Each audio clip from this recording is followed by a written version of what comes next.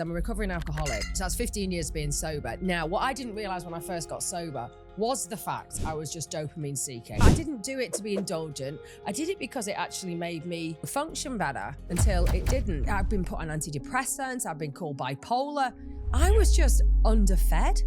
I didn't have enough fuel in my brain to be a mum or be my best self. I like what you're saying too. You said I didn't have enough fuel in my brain. Yeah, you didn't say I didn't have enough calories. No. But now I've got other ways to sort of find that dopamine. Because basically, I've always thought I didn't have enough willpower. And actually, I just didn't have the right ingredients in my brain. So many times we have nutrient deficiencies and they express themselves as certain conditions. You know, like you were talking about dopamine. We used to have a saying that the absence of dopamine is the presence of addiction.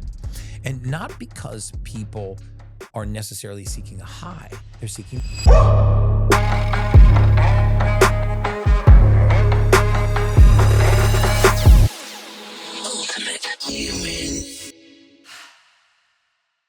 Hey guys, welcome back to the Ultimate Human Podcast. I'm your host, human biologist Gary Brecka, where we go down the road of everything anti-aging, biohacking, longevity, and everything in between. And today, the London version of the Ultimate Human Biohacking Podcast is with an English actress, author, and wellness advocate, Davinia Taylor. Welcome to the podcast, Davinia. Welcome to London. What do you think of the beautiful weather? It's really funny. I actually did a post when I got here. It's on my Instagram that we got off the plane. I shit you not. This is a true story. Got off the plane and it was freezing cold. And I was like, you know what? I kind of like this brisk weather. So we got to the VRBO and then we were like, wait, well, let's go find an organic market and we'll go get some food. We go outside. It's hot as the devil and it's pouring down rain. Literally pouring down rain. We like to keep you guessing what the hell to wear. And I know your wife, she lost a suitcase as well. So that just another layer to the madness. And there was bright and sunny on the walk home. I was like, how do we go through all three weather phases? It's awful, honestly. And you know, I hate packing. I mean, I get myself so overwhelmed and I never pack anything right. And you know, I like 55 pairs of trainers and no socks. I mean, the usual stuff. But at least you can buy stuff here. But I mean, do you overpack or underpack? I overpack with nothing, just useless shit. You know, useless shit. And then you're ready for like 15 workouts, but no dinners. Yeah, I mean, I've got so much stuff and then nothing to wear. And I drive myself insane. But my husband came down yesterday and he just brought down things like, you know, a coat. Maybe you need a coat, Davinia. But yeah, hey, you know. But I think that's part of my brain anyway. I've kind of accepted that shit's going to happen. I'll survive it and I'll move on. I do the same thing. Like, you know, I eerily have no concept of time. No. But I never miss a flight. But my wife stresses constantly about missing flights. And I'm like, babe, the data says that we don't miss flights. Now, but she's like, the data also says that you don't care about missing flights. And I'm like, I don't. And maybe that's why. And she makes sure you get it. I mean, I get she stresses enough for the both of us. I get overwhelmed at airports. Yeah. I don't know why. I always assume because I forget really important things like passports. I do too. Suitcases, children. You know, yeah. basic stuff. That's why people like us have spouses. Yes. Right. Because they don't forget those things. I mean, I've taken him, he's here, right? Thank you. But he's here and I've taken him to the wrong airport like twice. And he's like, what are we doing at Heathrow? And we should have been at Gatwick. And I'm like, I don't know. And I hate me. Does that really happen? But yeah. He's confirming it off camera. It's just a complete waste of time. But it's like, I think this is why I kind of like dig the whole biohacking, or should we say bioharmonizing for women. I like it because I can now accept who I am, that I have certain strengths. And there's some things I just, I'm not hardwired to do. I am terrible at admin. I really am, but I'm really creative and I can see things. I future plan everything and it's great. I feel like I live in a movie, but I'm always projecting forward. I'm awesome. Dopamine seeking all the time. Yes. Which I enjoy. Yes. And that, I mean, I used to be called a daydreamer. It's heading in a good direction. Yeah, right? but I mean, yeah, of course. Exactly. Right. So, I mean, I may as well just like get this out the way because I'm a recovering alcoholic. Okay. So that's 15 years being sober. Now, what I didn't realize when I first got sober was the fact I was just dopamine seeking. I wasn't drinking to mask any trauma or anxiety. I got energy. I got lit up with white wine. And that was my go-to. And I didn't realize it wasn't the wine per se. It was that feeling that literally as soon as it hits the neuropods in my mouth, the electricity shot up to my brain, and boom, I could like focus. I could pay bills. I could pay parking fines that I got when I wasn't like lit up. You know what I mean? I could do admin. I could do life. But the trouble is, then the dopamine wears off. Then you have to have another glass of wine. Before you know it, you're 6 glasses in and you're actually drunk. Right. And that's the tricky thing with then alcoholism. The behavioral side of things kicks in. And then the wheels fall off and whatever. But I mean, literally.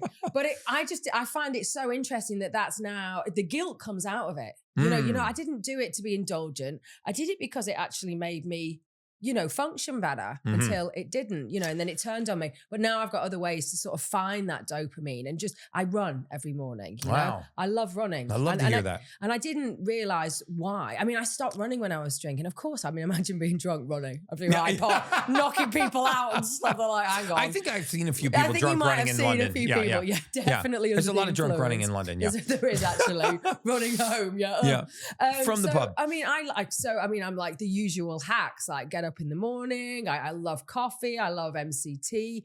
I have powder. I've got a company called WillPowders. Oh, yeah, a company called WillPowders. WillPowders. And what does WillPowders do? Because basically, I've always thought I didn't have enough willpower.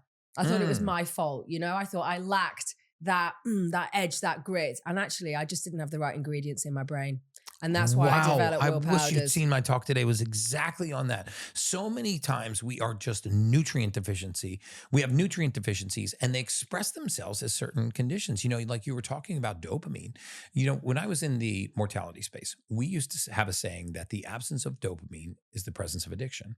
And not because people are necessarily seeking a high, they're seeking normalcy. Yes. And you literally just put that into words, which is fascinating because that is exactly what my talk was on today, but you lived it. You weren't drinking to get drunk per se. You weren't like seeking the high, you were seeking the normalcy. You said you were functional and it worked. I mean, literally, I could get on the phone and just like, I don't know, cancel a subscription. Otherwise, I just don't have the mental energy to do something as mundane and bloody boring as waiting on hold for 30 minutes. You know, I mean, I still can't do that. I mean, no one really likes that, but it wasn't available to me. But yeah, so now I've got like these powders that I use, and I don't just use my own. I get it from nature. I get it from like, say mushroom tea, a bit of some cordyceps, something like that. Right. But it just, it takes me up a couple of percent and then everything's accessible. And I don't get drunk. I don't get high. I don't have a come down. Yes. Now, and you call it WillPowder. Yeah. Which I love. So what's in WillPowder? Okay. So the sort of signature range, well, I'll tell you what I use every day. So I get up in the morning, I'll have some electrolytes and the usual, there's no sugar in it. We've got a little bit of stevia in it, coconut and stuff. But we've also put some dandelion leaf in it and some horsetail tea, and it just flushes out, big fat cankles, puffy face. Or just all the stuff that women get when you got PMT or have been on a plane, you just balloon. So it just flushes that out. That's like one of our best sellers. Women love it, particularly if they've had a glass of wine at night. We're not 20 anymore. You get these puffy faces. Well, some are still 20. So, but I mean, it catches up, guys. So you may as well just take my advice. Someone who's been there, done it. Just get the electrolytes down you. Yeah, we can't stand you, loser, naive, all of you. Life will spit you out. But yeah, so I start off with I'm doing everything quick. I've got 4 boys, I can't believe that. And it's like, it's pretty testosterone. And what are the ages of your boys? Okay, so number 1, I number them, by the way. I know that sounds awful. You call them thing 1, thing 2, thing 3? Because I've seen those shirts. But I mean, I do call them by their names, but when I'm talking to someone, I'm just like, give them the order so they kind of can picture it. So number 1, he's 17. Okay. He's decided that he's best off not doing any academics and he's going to really focus on bulking up and girls. So that's that. I'm like, this is great. So we're having a huge rouse about that at the moment. So that's wonderful. Number 2 has just turned 13. So I'm bracing for impact. So then the hormones are going to kick in any minute. Number 3 is 10. And I think he could probably run a small country. He is our admin guy and he's only 10.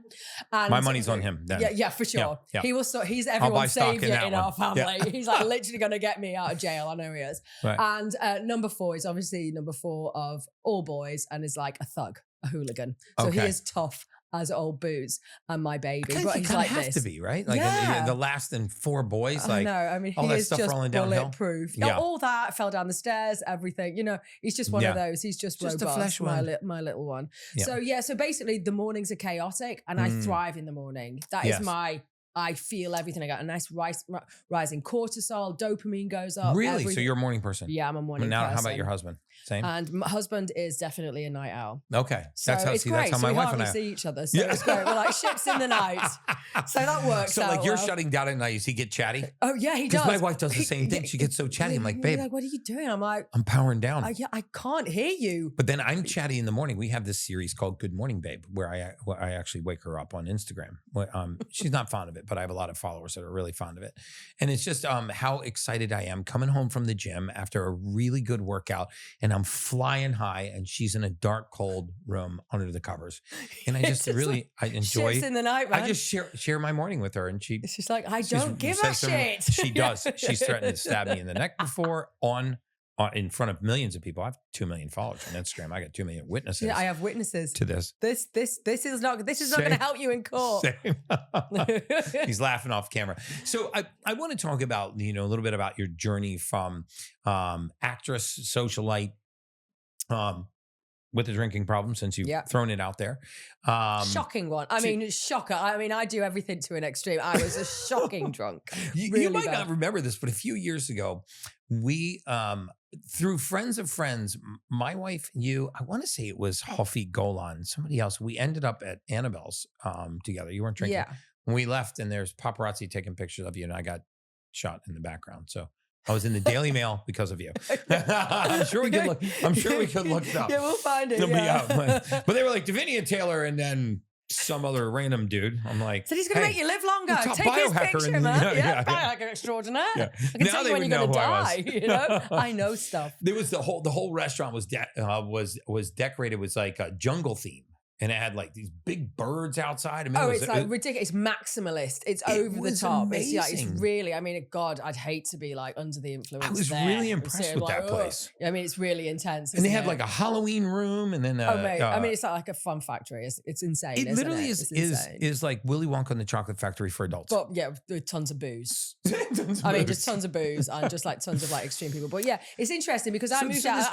Talk a little bit about. I moved out of London during lockdown anyway, and that's kind of like when I set up WillPowders, and I will get back into my routine once because I started on the electrolytes, but I'll tell you my morning routine.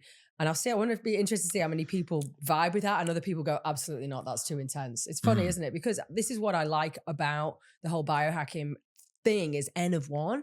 What works for me doesn't necessarily work for you. I've got so much in common with Sage, your wife, about crazy snips that, the well-being Gene community would just like tell me, you got to have a load of green tea. And of course, when I was getting sober, I'm like, right, I'm going to have a load of green tea. That was like the worst terror come down ever. Oh my gosh. I mean, you explained to me, because you know about these genes more, but it's the COMT gene, isn't it? Because my journey started really into biohacking when my mom got diagnosed with breast cancer, of course, and it's like, well, you need the BRCA gene testing. So that kind of opened my eyes, and I was thinking, hang on, I wonder why I am an alcoholic, actually. I wonder if there's something in the gene pool. AHCY because gene. Obviously it's in my family anyway. Yes. And I think it's in everyone's family, the whole addiction thing. But as soon as I realized that, I am I am definitely predisposed to addiction to alcohol. Right. All of a sudden, again, the guilt comes off, and you're like, yes, freaking hell, I didn't have a fighting chance. Never mind, like growing up in the 90s and the ladette culture, and you match a guy pint for pint in England. I mean, it was encouraged. I'm like, I'm only 5'5", and I'm drinking with rugby players. Are you kidding me? Yeah. So I mean, it just took the shackles off me and the self-hatred, which then puts you on a great journey to recovery. And you're like, okay, that's what it is. That's my lot. Let's move on from the past and let's focus on the future. Yes. So that for me was a freedom from addiction to know it's just there. I challenge you to transform your life in just 3 days. Join my 3-day cold plunge challenge and experience the incredible benefits of cold water therapy. For 3 minutes each day, immerse yourself in cold water and feel the difference. Cold plunging can boost your energy, improve your mental clarity, and enhance your mood. It's easy to join, so head over to theultimatehuman.com, download the Plunge app, track your progress, and connect with our community. Let's do this together. Now let's get back to the Ultimate Human podcast. That's amazing because, you know, there are definitely people that are listening to this podcast right now that are either suffering from or know somebody who's suffering from addiction. And I think, you know, my perspective on addiction is much more simple. I'm not trying to simplify addiction, but I don't think that the majority of addicts woke up one day and said, I want to get really banged up. No. They woke up one day and said, I'm definitely not going to get banged up. It's what they normally say. I want to feel normal. Yes, exactly.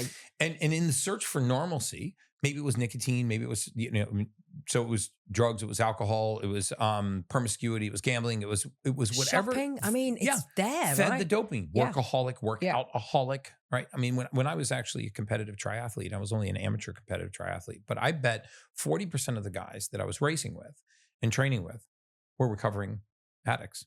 And this was their new addiction. I mean, we met at 5:30 in the morning. We swam for 2.5 hours. Then we would do a century, which is a 100-mile bike ride a few times a week. We'd run a half a marathon a few times a week. It wasn't normal to train like that. It sounds like a hoot. Right? Oh no, it's definitely not a hoot. Bloody hell. But interestingly, they just replaced one addiction for another. Yeah. And I'm fond of your journey because you not only replaced the addiction, but now you're sort of a voice for the opposite, right? Yeah. You know, a voice for the healthy. Yeah. And do you know what? I mean, people will call me extreme, but I'm looking at what I do is kind of what we need to do in today's society that is surrounded by the subliminal messaging, the encouragement for alcohol, the encouragement for self-destruction, that go on, treat yourself. And I'm not just addicted to alcohol, I'm addicted to carbohydrates as well, because when my mother got diagnosed with cancer, I was like 5 years sober by then. I was into it. I was into recovery. I wasn't healthy. I didn't understand what healthy was until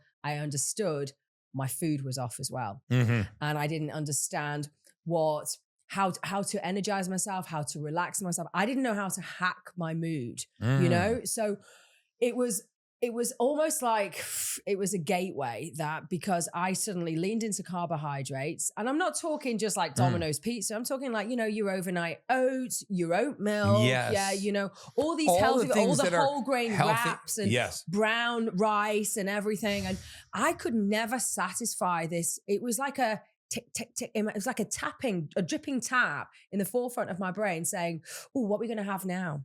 Well, I didn't get any satisfaction. I knew I couldn't drink, but there was something, and I had no energy. I mean, I had 4 kids, and like, you know, I was meant to take them for a walk in the park. I could not be arsed putting the kid in the pram to take them for a walk. And if I did, it was like I was wading through quicksand. Yeah. And my mood was flat. I'm watching daytime TV all day and, you know, going downstairs and then like getting another snack and then coming upstairs, the baby's sleeping. I'll put the TV back on and I was watching this. I was beige. Wow. Totally beige and flatline. And that to me is the unspoken addiction that we have across the globe with these ultra processed foods. And it is flatlining everyone. And it's, you know, and they get excited about it. So when I go take to social media and I dip out of my little sort of like echo chamber of my lovely moms on my like Instagram, and I'll dip into someone else and I'll say, well, have you tried eggs instead of overnight oats? Well, oh my God. Oh, it's like I've just killed the Pope. Don't go after the vegans and the vegetarians. They're nasty. The overnight oat, don't go after the oat lot. Do not go after the oat lot. They are lethal. One of them told me to relapse. He said, you go relapse. You to relapse. I said, what, overnight oats versus eggs? I said, I've been through a bit tougher times than that, mate. I'm not going to drown in a bottle of vodka. Yeah. Just steady on. But I'm looking at this, and someone who's obviously been around early recovery and watch people defend alcohol with their life. It's not the alcohol, it's my ex-husband. It's not the alcohol.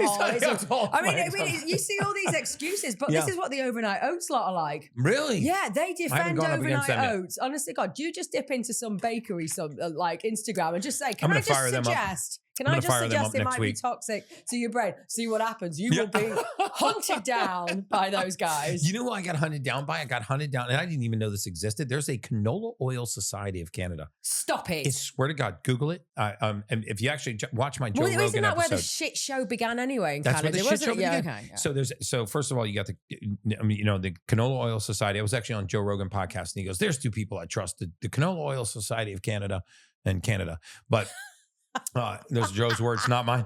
But I did this whole thing on seed oils, and canola oil was called rapeseed. Yeah. I didn't name it the rapeseed. It was rapeseed before I came along. It's a little bit of a okay. Like, you use the term to try to denigrate the oil. I'm like, no, it's actually what it's called here. It's actually called rapeseed. It's actually called that. Yeah, I didn't think it was just a regular seed that had sex with another seed, and I called it rapeseed. I didn't make that up, right? Not it was a rapeseed before I came along. It's really like the worst name in the world. It's like, who made but that then they up? were like, the rapeseed is not, toxic to humans. I said, look, I never said the rapeseed or canola oil is toxic. What I said was industrial processed canola oil, industrial processed seed oils are toxic. You can't take an oil and put it in a commercial press and then have it come out gummy and degum it with hexane, which is a neurotoxin, and then heat it to 405 degrees and turn it rancid, and then deodorize it with sodium hydroxide, which is a carcinogen, and then bleach it and then put it on the shelf and tell me that's good for me. But they do, and they do, and they keep doing it. And actually, I'm friends with Dr. Kate Shanahan, and her new book is great, Dark Calories. That's dark calories. Okay. And she has actually, because her first book, Deep Nutrition, was the one that opened my eyes to the whole rapeseed, sunflower oil, vegetable oil. And I didn't even think about the fact you can't squeeze actually any oil out of a vegetable, for the love of God.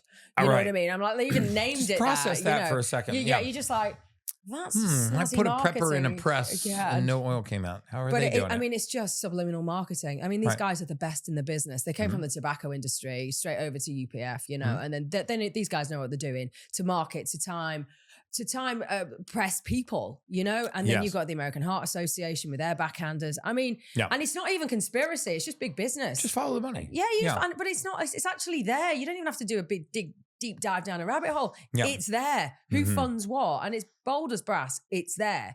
So when people defend it, I'm like, first of all, why? Is it because they're frightened?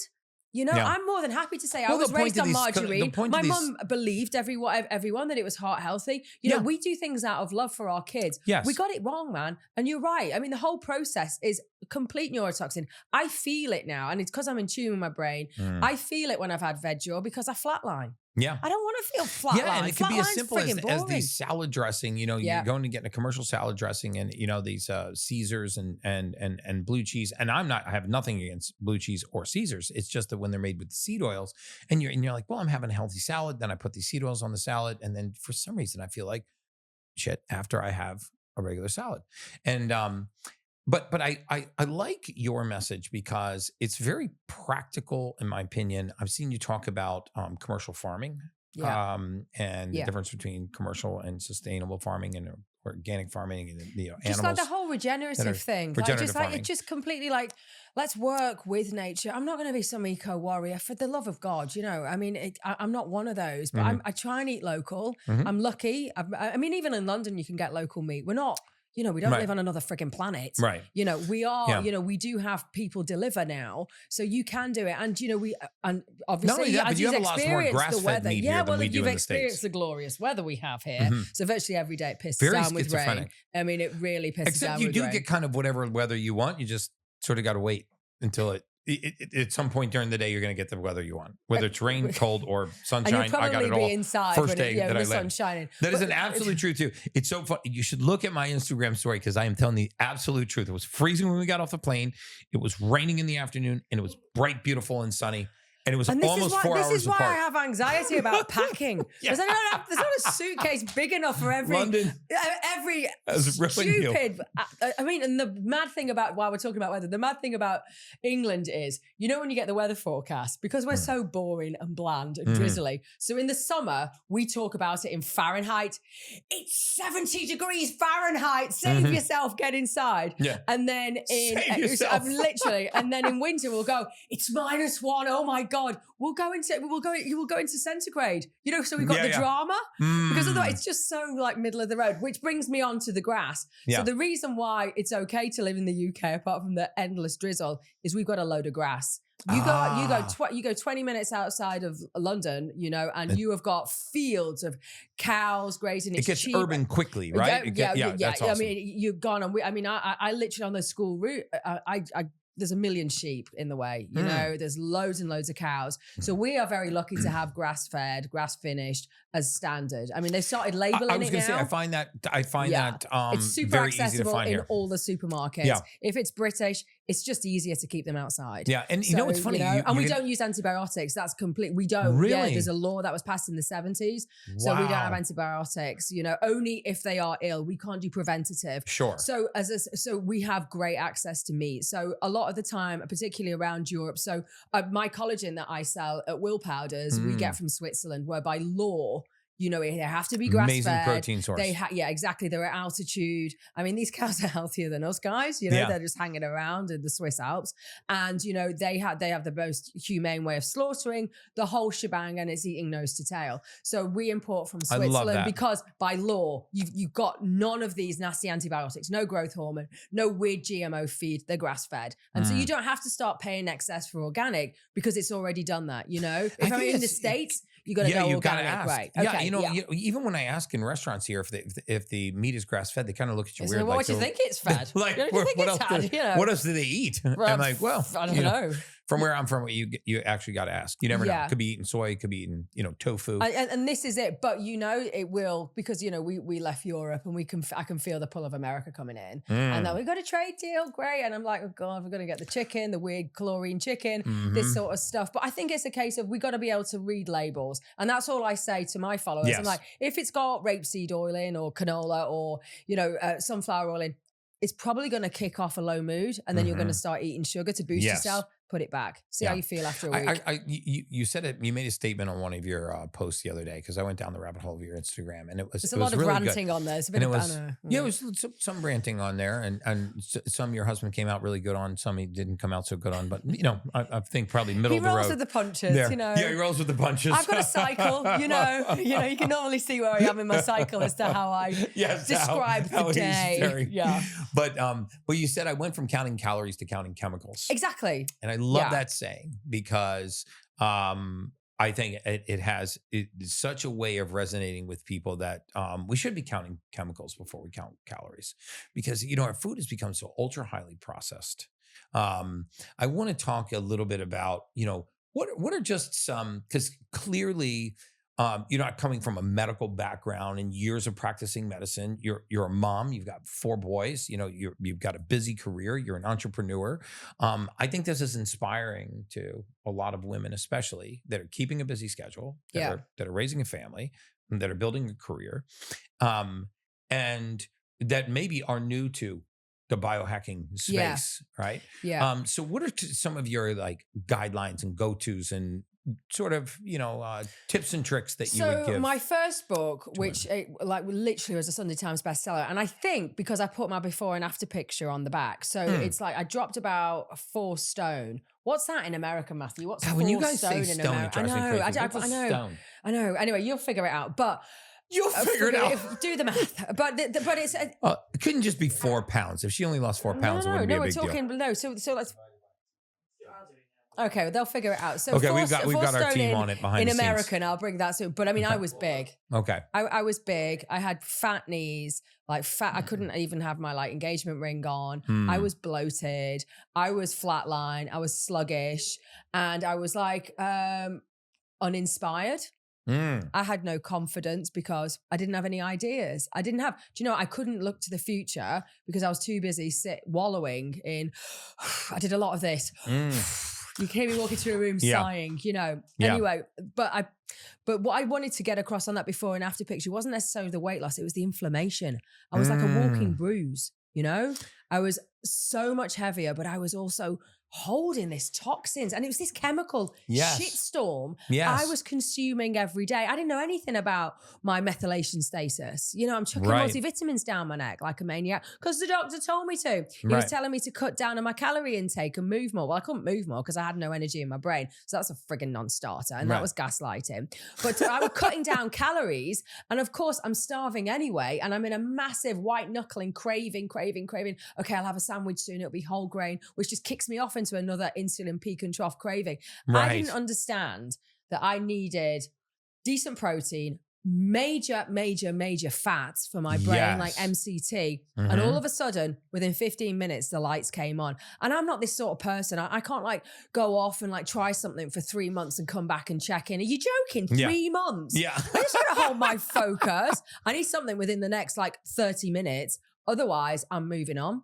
Right. And I'm going to go back to old habits. I'm going to have sugar and I needed something. And that was like, break in a case of emergency. Wow. This was emergency. And then all of a sudden I started, I've been put on antidepressants. I've been called bipolar. I was just underfed. I didn't have enough fuel in my brain to be a mom or be my best self. And now I am. And now I'm confident. And now I can feel my gut intuition when something's off because I trust myself. I like what you're saying too. You said I didn't have enough fuel in my brain. You didn't say I didn't have enough calories. No. Right? You were taking in plenty of calories. So talk a little bit about the difference there. Like what were some of these shifts that you made from just feeding yourself to nutrifying yourself? So I was told that I shouldn't have coffee because first of all it gives you cellulite, which I didn't want because I was covered in that anyway. Does it? I didn't. But no, it doesn't, by the way. It doesn't. But that's what they say in all the magazines. They said, don't have cellulite, it's don't have coffee, it's toxic, you know? Damn right, Starbucks. One way to get women to stop drinking coffee is tell me. But it actually doesn't. You know, if you have a decent coffee, it's full of polyphenols. But of course, you got all these. I mean, we get some of our health advice from bloody Cosmopolitan magazine. You know, and that's where you start when you're 16, reading this bullshit. And I know half like the editors and the writers now, and they're the most unhealthy people I've ever met in my entire life. Yes. So I'm taking it, and they're just lifting it and copying and pasting it, and it's utter rubbish. So I got told because coffee gives you anxiety, don't have it. Right. So of course. I didn't understand that if I combined that with maybe a little bit of L-theanine, a little bit of MCT, all of a sudden I've got this nootropic kicking off in my brain that I've never had access before since I put down a glass of wine. And that, for a little junkie like myself, is like, let's go. What else we got? Yeah. And then boom, I'm in. Right. Because I'm like excited. I've got hope. And that's the molecule. And the feeling feels great, right? Yeah, because you go, and you're not high, you're not out of control. You just, like your vestibular just suddenly goes, hello. Okay, I can take in information. Yeah. Turn off the daytime TV. I'm going to go for a walk with my kid. I'm going to get daylight in my eyes. I'm going to do maybe 5,000 steps. Again, hell, this is something that wasn't achievable 20 minutes before.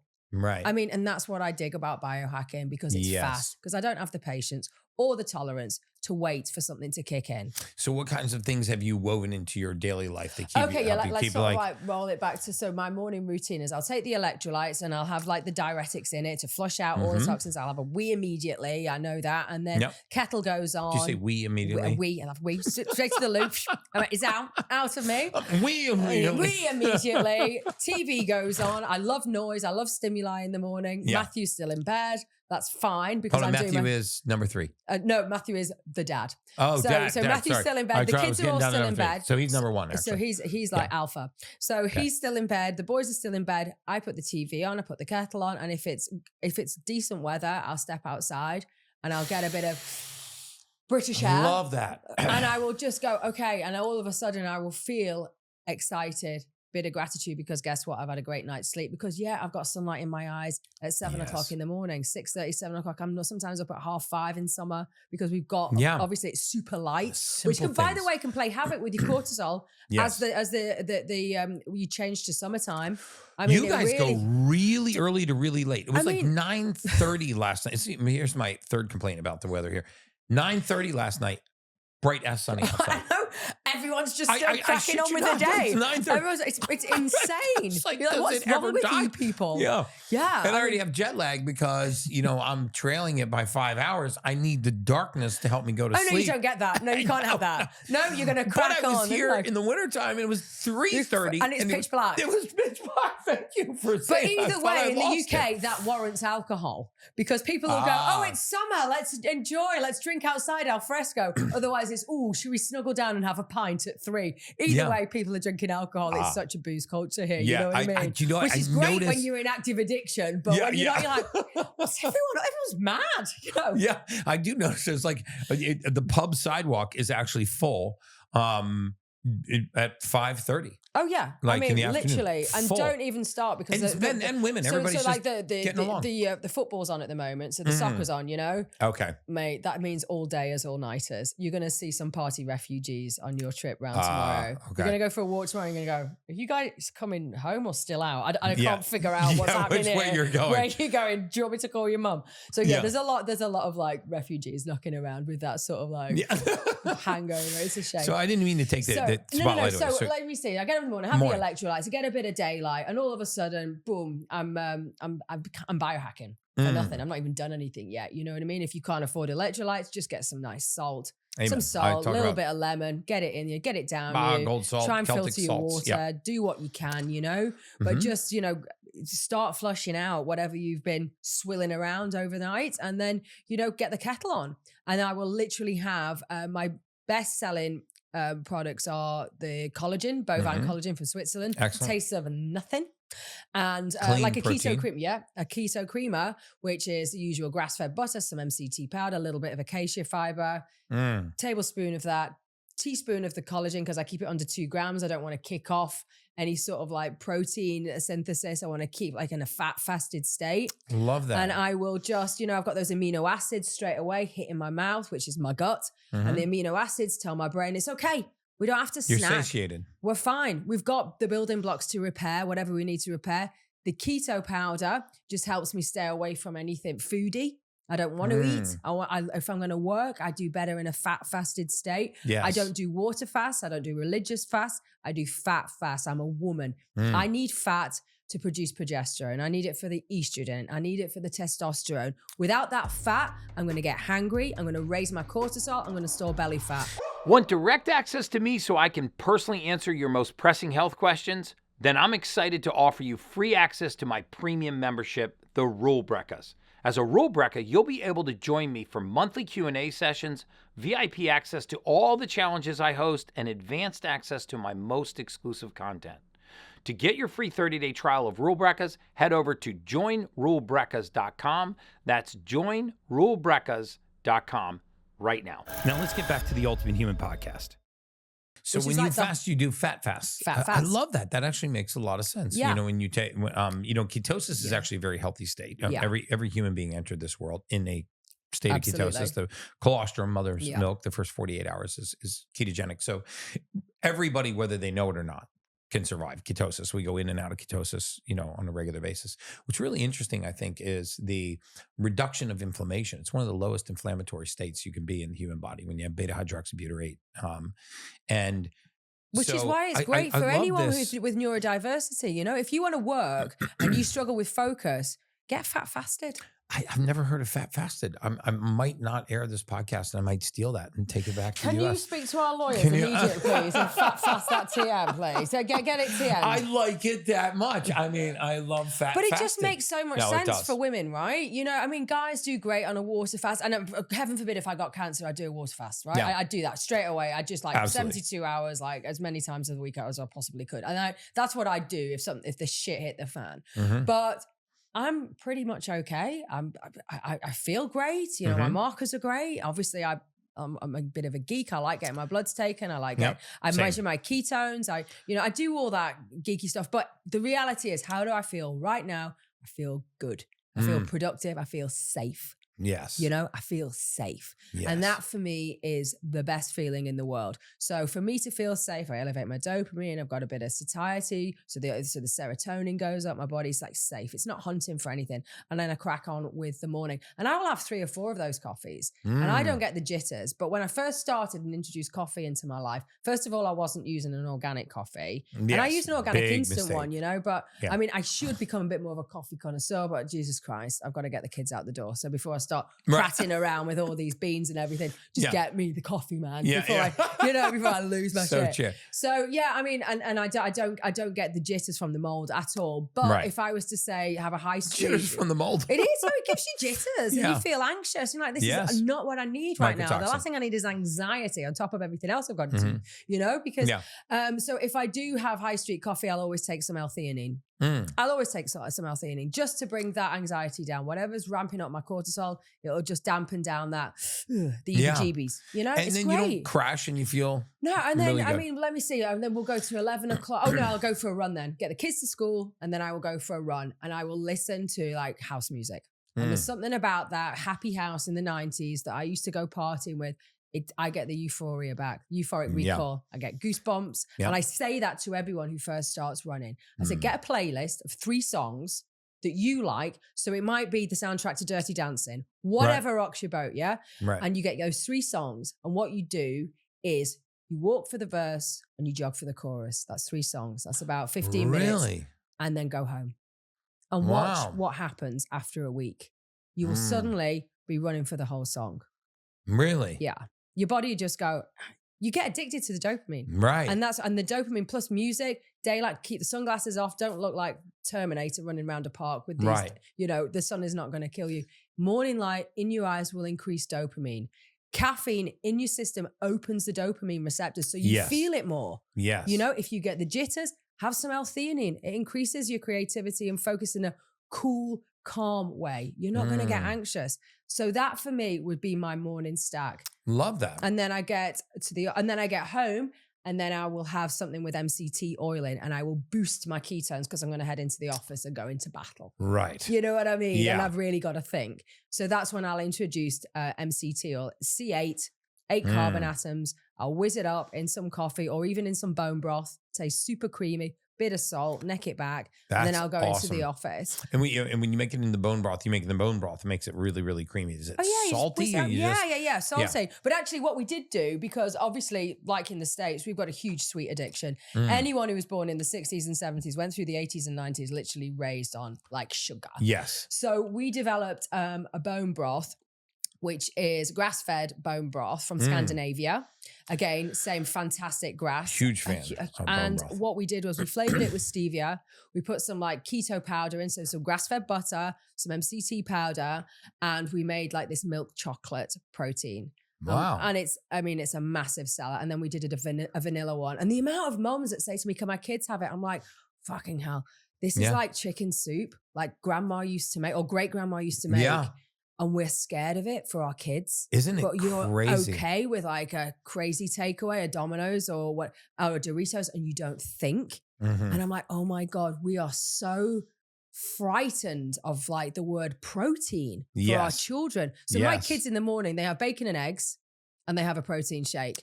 They go to school. I have no power over the school. Right. I know they say, we've got a salad bar. I'm like, come on, what 11-year-old is going to go to a salad bar when he's got French fries? Are you kidding me? And a burger. Right. So there's nothing I can do in the school right now unless I really take them on. But do you know what? I'm just not that sort of ninja mom. I've got enough, going on. So there are a lot my of kids ninja moms. literally go to school like in a ketogenic protein-fueled state. And of course, we all know protein will convert into sugar. So they're not going to be like desperate. You know, their body is clever. It will make glucose out of whatever it's got. But that's how my kids go to school. Now their behavior, I don't know. Yeah, but I think that's beyond my control as well. That's another thing. What's their behavior like? Because, we in the States, a lot of our food is fortified or enriched. We spray it with the chemical folic acid. Yeah. And then a lot of kids have this MTHFR. We're trying to do that here in the bread. Yeah, really? They're trying to put folic acid in the bread as standard. Yeah. Oh, wow. That would be a disaster for you. Tell me about guys. it. Yeah. A lot of European countries, Russian, Italians, like they get a lot of these things right. Like the Italians just banned lab-grown meats. Russia doesn't allow. It's actually a felony to grow GMO foods. Yes. In Russia. Yes. Here you guys have good sustainable farming practices. I think, different parts of the world do a better job at different things. I think the Italians are so stubborn. They're just like, no. They're like, we're doing lab-grown meat. Nope. No, absolutely. No. And it's like the French with the butter. As if they're going to go to margarine. Yeah. And they have like better heart conditions than virtually anyone. You know what I mean? Yeah, you look at the blue zones, you're like, wait, they're eating high amounts of dairy and they drink lots of wine and they eat high amounts of fatty butter. And you know what? But you know, have you seen the studies with the blue zone? They always like forget about talking about the meat. They never leave the meat in. These guys, it's plant-based. When were you last in Italy and you've never had a charcuterie board? Are you freaking kidding me? Not the charcuterie board, but look at Singapore. It's like highest meat consumption per capita in the world. Yeah, exactly. And that's another thing we need to dig into about the whole carnivore movement. I went carnivore for January. And you know what? when I came off it with, like I always do, everything over the top. And I just went, right, okay, 1st of February, I'm going to have pizza, I'm going to have chips, I'm going to go have dinner. My God, the hangover, mate. Awful. I got in touch with he's a carnivore over in Australia, Dr. Anthony Chafee, and he actually uses my video to show his clients how not to come off the carnivore. He said, look what's going to happen to you. You're going to be a loser like her. I was like, my face is all like this. I'm in a foul mood. No, I'm kicking off on it. Yeah. I mean, my liver just went, it was probably my gut actually just went, so when you did carnivore, did you do just meat, fish, chicken? Eggs. So started off with eggs in the morning. I think we had, eggs, a little bit of cheese or something. Cheese, red meat mainly, red meat. And it was tough. Day 3 was really tough because Matthew and I both did it. And in fact, I went and stayed in a hotel on day 3. I said, I'm not sitting with you because he was awful as well. But day 4, boom. I mean, that's all it is. 3 days of like a little bit of gnarliness. Yeah. But the uplift on day 4 was great. But do you know what? I really missed cucumber.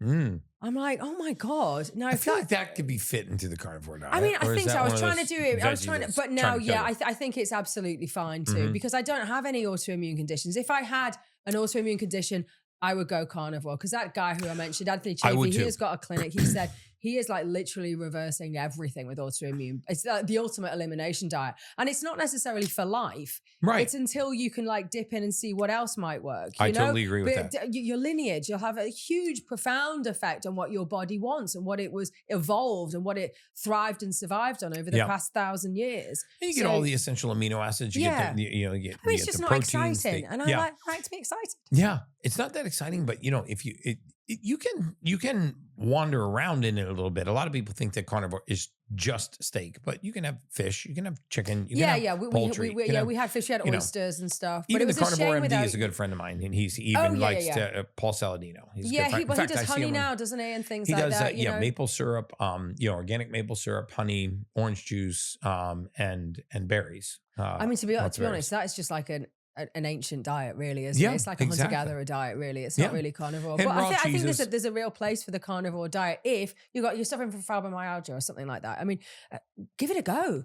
I mean, what have you got to lose? You know what's crazy? People are more willing to take methotrexate and steroids, NSAIDs, these non-steroidal anti-inflammatories, than they are to just switch up their diet and see if that works. Well, I think the carnivore diet would work better than an NSAID. I used to be that person. I'm like, give me a pill. I want a quick fix. But what I didn't realize is the profound effect it had on my mood. And now I will protect my mood over friggin' anything. Same here. Because I know that if my liver's clogged up, that affects my mood. It's just like a hangover. Yes. And I've worked so hard not to drink wine for 15 years. The last thing I need is a hangover. Yeah. When I've not even had the joy of being smashed out my head running around London like a lunatic. I'm like, come on. The last thing I need is a hangover when someone's profiteering off me. And to be honest, so many meds, you need more and more. You get a tolerance, don't you? So it's more of a flatline effect. I don't want to feel flatline. I want to be able to sleep when I want to. I want to be able to rev it up when I want to. I want to enjoy my kids and I want to feel safe.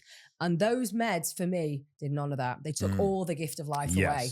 Yeah. And that's the problem. They create a dependency. I like to say a lot of these medications, they'll either create a dependency or reliance, or what they call tachyphylaxis, which is a desensitization response.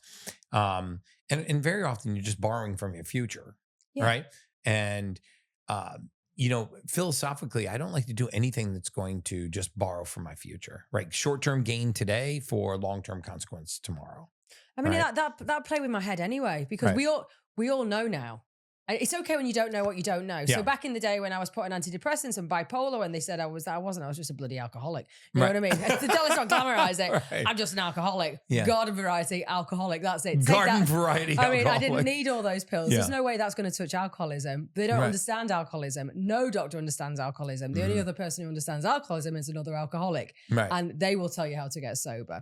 Right. But I mean, we could do a whole podcast on that. Right. But the trouble is, we get so conditioned to believe all these meds are going to help us, and it's now I know I don't think I could take another one really because I know the consequences. But back then you just do what you can to survive. And I have no judgment for anyone who's on medication, because that's where you're up to right now. You've not got to this place. If I felt really bad and ill or something, I probably would lean into medication, but I don't, because I've been there and I've done that and it didn't work. And this is the result.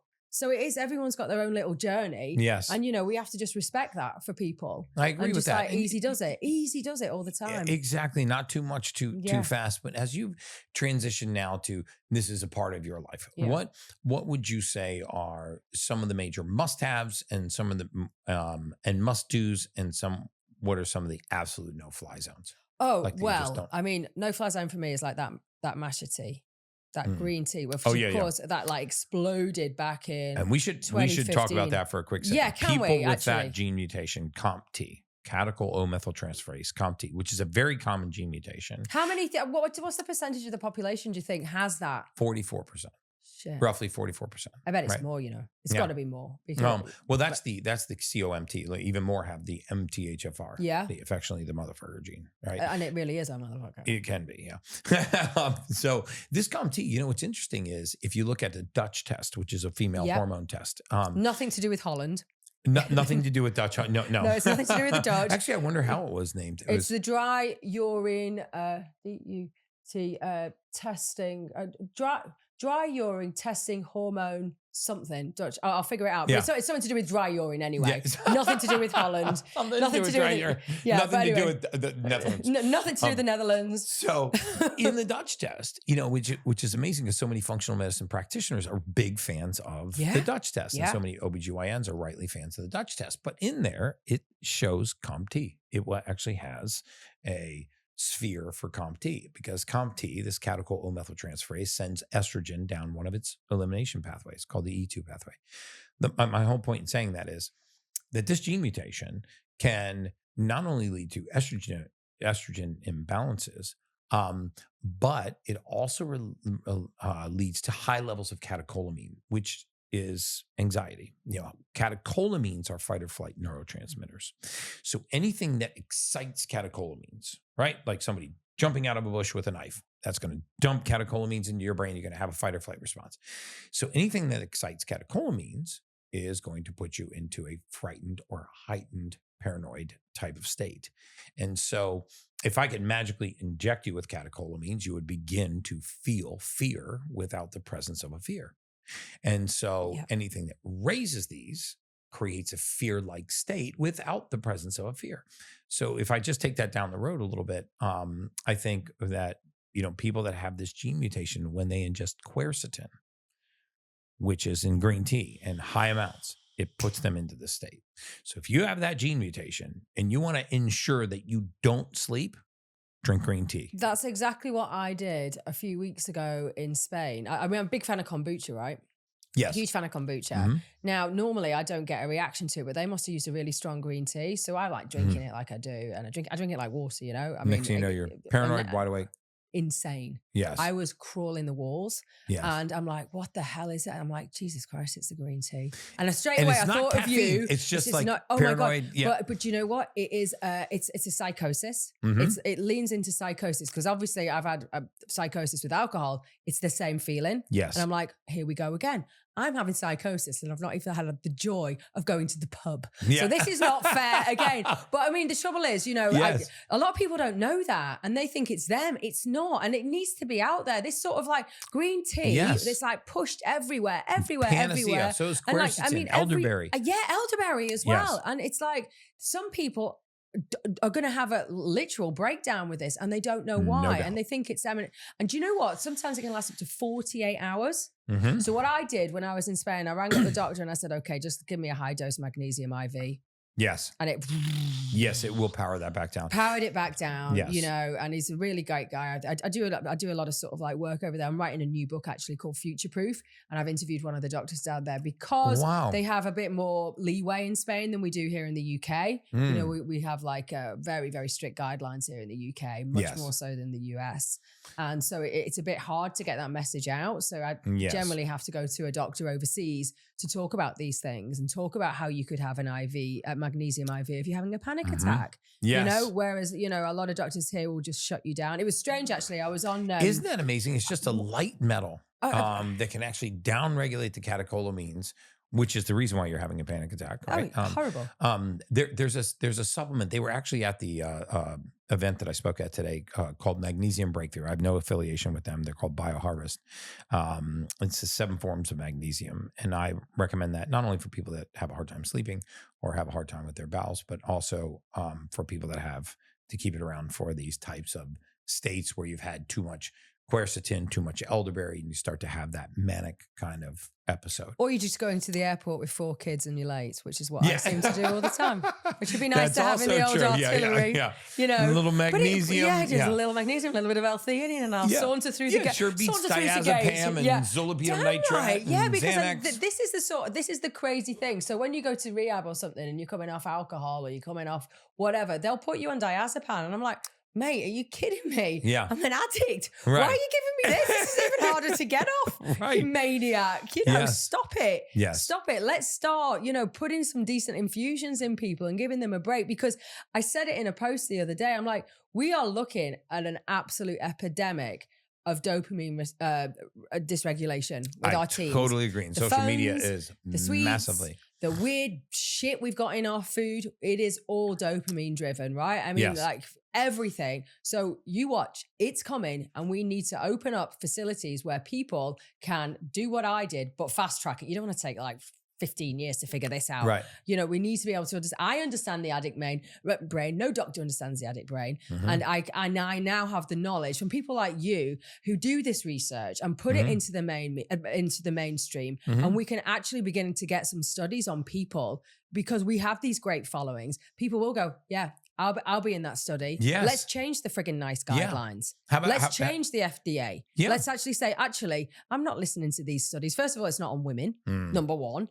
And secondly, it's irrelevant, because it was 30, 40, 50 years ago. Why are we still benchmarking from data that's completely old? I agree with you. We have a different environment. We are different human beings to our grandparents. Like mega, they wouldn't recognize anything, really. We just before the podcast started, I don't think we talked about this on the podcast, but right before it started, we were talking about autism and the incidence of autism. Yeah. And I said, I didn't know a single autistic child growing up. I still, when I think back through grade school, through high school, I mean, all the way through college, I don't know a single autistic, but I also have a 16-year-old daughter. She knows 5 kids just in her high school class with autism. And autism's gone from 1 in 5,000 to 1 in 32. Want to get an extra hour of quality good sleep every single night? Let me tell you how I do it. My wife and I sleep on 8 Sleep's Pod 4 Ultra. This is a technology that fits over your mattress to cool or warm each side of the bed, giving you up to an extra hour more of quality sleep every single night. My wife likes her side of the bed warmer than mine, but I've noticed that I've improved deep sleep at cooler temperatures. It even elevates automatically when it detects snoring to improve airflow. With 99% accurate sleep tracking, you can leave your wearables on the nightstand, and I even had this thing independently EMF tested to make sure that I was not getting any extra EMF at night, which I'm not. Get $350 off the Pod 4 Ultra at 8sleep.com/Gary. That's 8sleep.com/Gary, and use the code Gary, Gary, for your discount. Transform your nights and elevate your sleep. Now let's get back to the Ultimate Human podcast. Now, you were saying something that I think is really relevant, because I know my followers will watch this. Tell me what you did to an autistic child age 16 who was virtually nonverbal, wasn't he? Can you explain the protocol you did? Because this sort of thing will give people hope and put power back into the hands of the mothers and the fathers, which is where it should be. Yes. And I'll preface this by saying, I'm not a physician, so I'm not licensed to practice medicine. I'm a human biologist. I have a number of physicians that work for me in 10X Health, which is a wellness franchise in the U.S. that I'm a partner in. But there's something called amniotic stem cell injections. They're intramuscular stem cell injections. Remember that autism is a neuroinflammatory condition. I'm not trying to oversimplify it, but for the purposes of the podcast, it's a neuroinflammatory condition. It is very often the degree of neural inflammation is related to the degree of symptom severity, right? So the greater the amount of uncontrolled inflammatory response, the more negative the impact is on the outcome. So autism goes from being, slightly autistic to, completely nonverbal, right? To socially awkward, to completely nonverbal. And that distance across the spectrum, at least, is linked to this inflammatory condition. So what do we do to reduce inflammation in the brain? What we have done is we use red light therapy. We use something called methylene blue. We use high dose. Would you methylene blue it intravenously or like a troche or? Either orally or intravenously. I mean, can you take it as a tablet or do you have to? Because I'm thinking of the transcriptions one where I look like I just swallowed a Bivo. You can take it as a capsule. And I'm like, what the hell? I look ridiculous. Yeah, I mean, it's a food dye. Yeah, okay. Or a fabric dye, actually. There's a great. Why does methylene blue work? I mean, it's pretty hot right now, isn't it? I know they had it at the conference. I've had it intravenously. It didn't do much for me, just to tell you that. Yes, you also have to be careful. You have an AHCY break. If you have the gene mutation AHCY, you want to avoid methylene blue. Interesting. But most people can tolerate methylene blue, and what it does is, without getting overly nerdy on you, it changes inside of the red blood cell. It changes the state of iron from the ferric state to the ferrous state. Okay. When you change from ferric to ferrous state, what happens is you increase the binding affinity of oxygen. And why is that important? Because if I can get more oxygen into the red blood cell, into the hemoglobin, I can get more oxygen into the mitochondria. If I get more oxygen into the mitochondria, it creates more ATP, which we perceive as energy. Yeah. And so anything that gets into that helps oxygen get into the mitochondria, which is why methylene blue is enhanced by red light. Right. So, of course. So you can take methylene blue and do photobiomodulation, red light therapy, and you'll have a dramatic response. So, the conferences, at least in the States that I've been to, most of them use 10 milligrams in the morning and 10 milligrams in the evening as a guideline. There's a great book called The Ultimate Guide to Methylene Blue, okay, which you can download on Amazon. You can get on audiobook. I didn't write it. It's a phenomenal book. If you read that book or listen to that book on audio, you will be a huge fan of methylene blue. I will do that. But anyway, so essentially what you're doing is you're putting this form of fabric dye into the bloodstream, which sounds crazy, but it's very safe. And what it's doing is it's increasing the binding affinity of oxygen by changing the state of iron.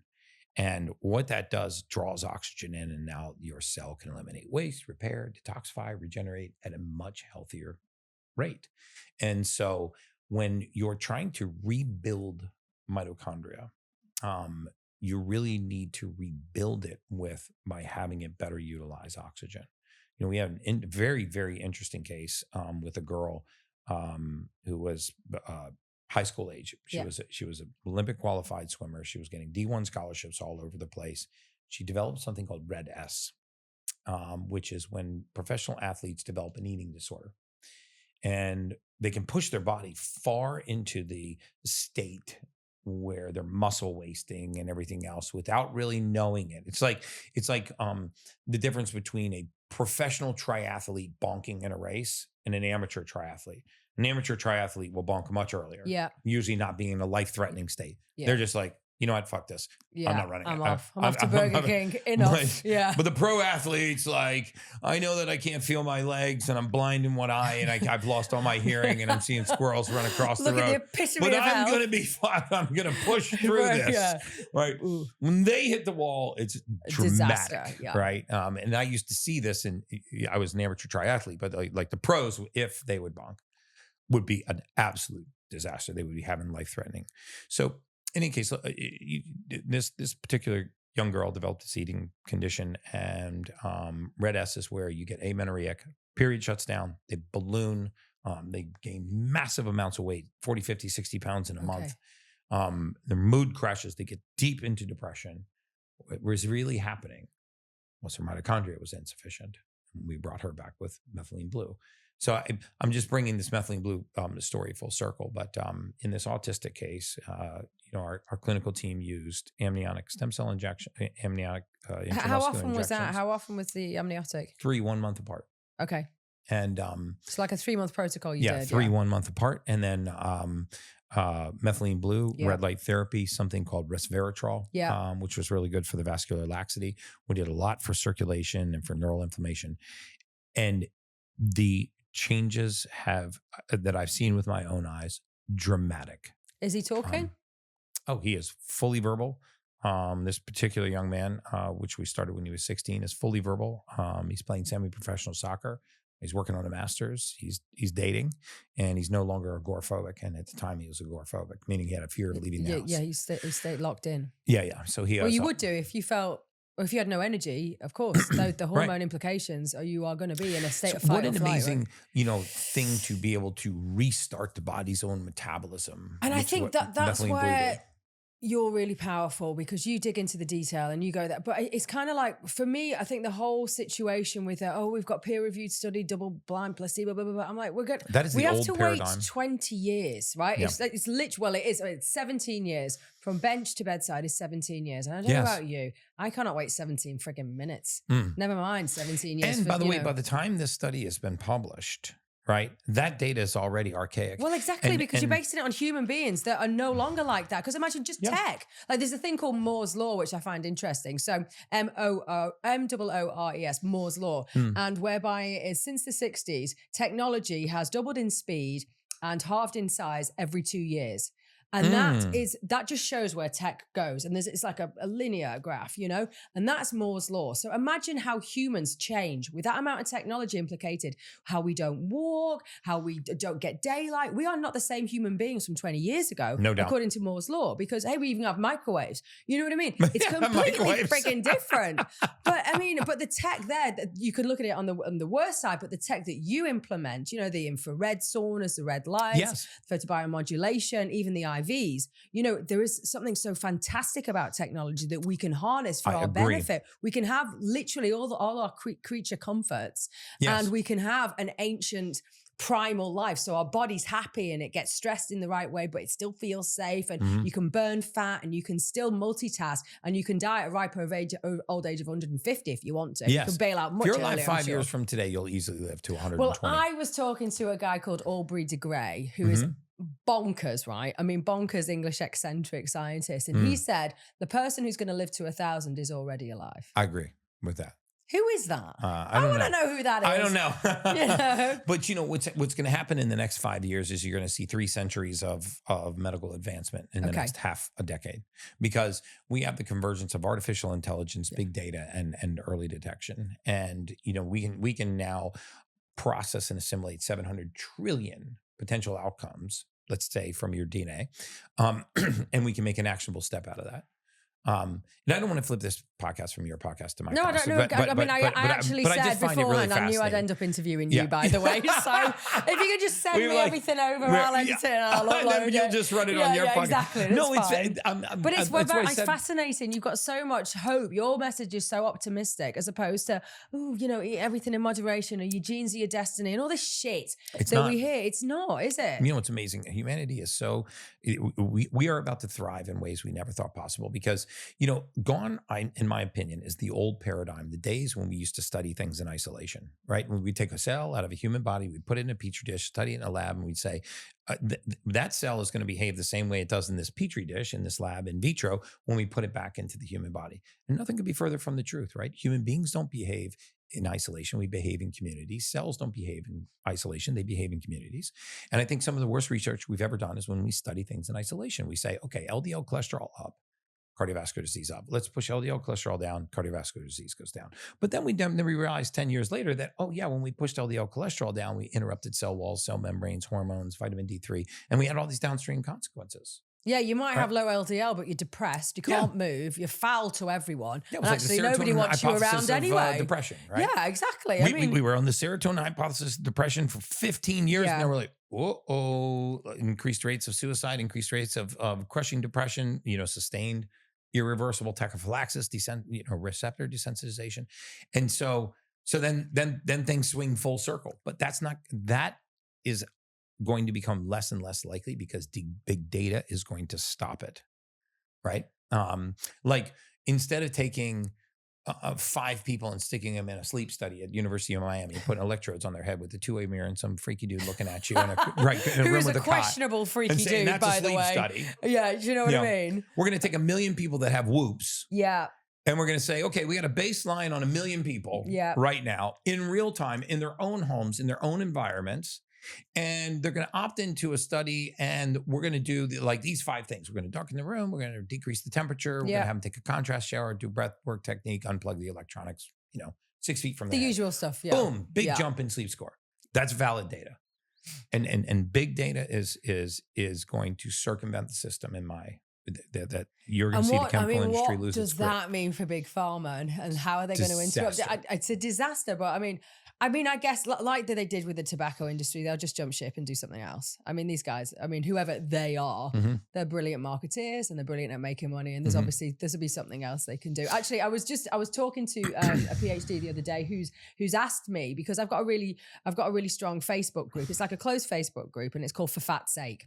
The For Fat's Sake, FFS, you know, because obviously all our lot go just for fuck's sake all the time. It's like fat fasted. Well, I mean, it is, but it's like because my demographic that follow me, we're like, it's 98% women aged between 35 and 65.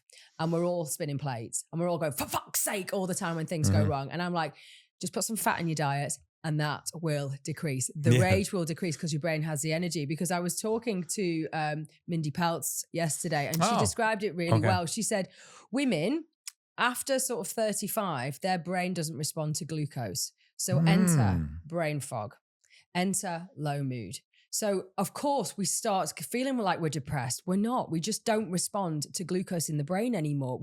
It's just overstimulated and it shuts down. Wow. So enter ketones. And that's why me, like mid-30s, when I had first took the MCT oil, my liver converted that to ketones. It got in my bloodstream, it hit my brain, boom, I'm on. Right. I've turned on. I feel like I'm 25. Or before that, because I was drinking at 25. So I feel like I'm 17. Right. You know what I mean? My brain suddenly like went, hello, I've actually, this is different. So, and that makes so much sense. Why, for particularly me, my age group, is because my brain was sick and tired of the glucose anyway. So I needed to switch to ketogenic. Now, I'm not ketogenic all day, every day. Right. I have like sourdough bread at night because I like those carbs. They make me feel cozy. I get sleepy. I have a carb coma and I go to bed.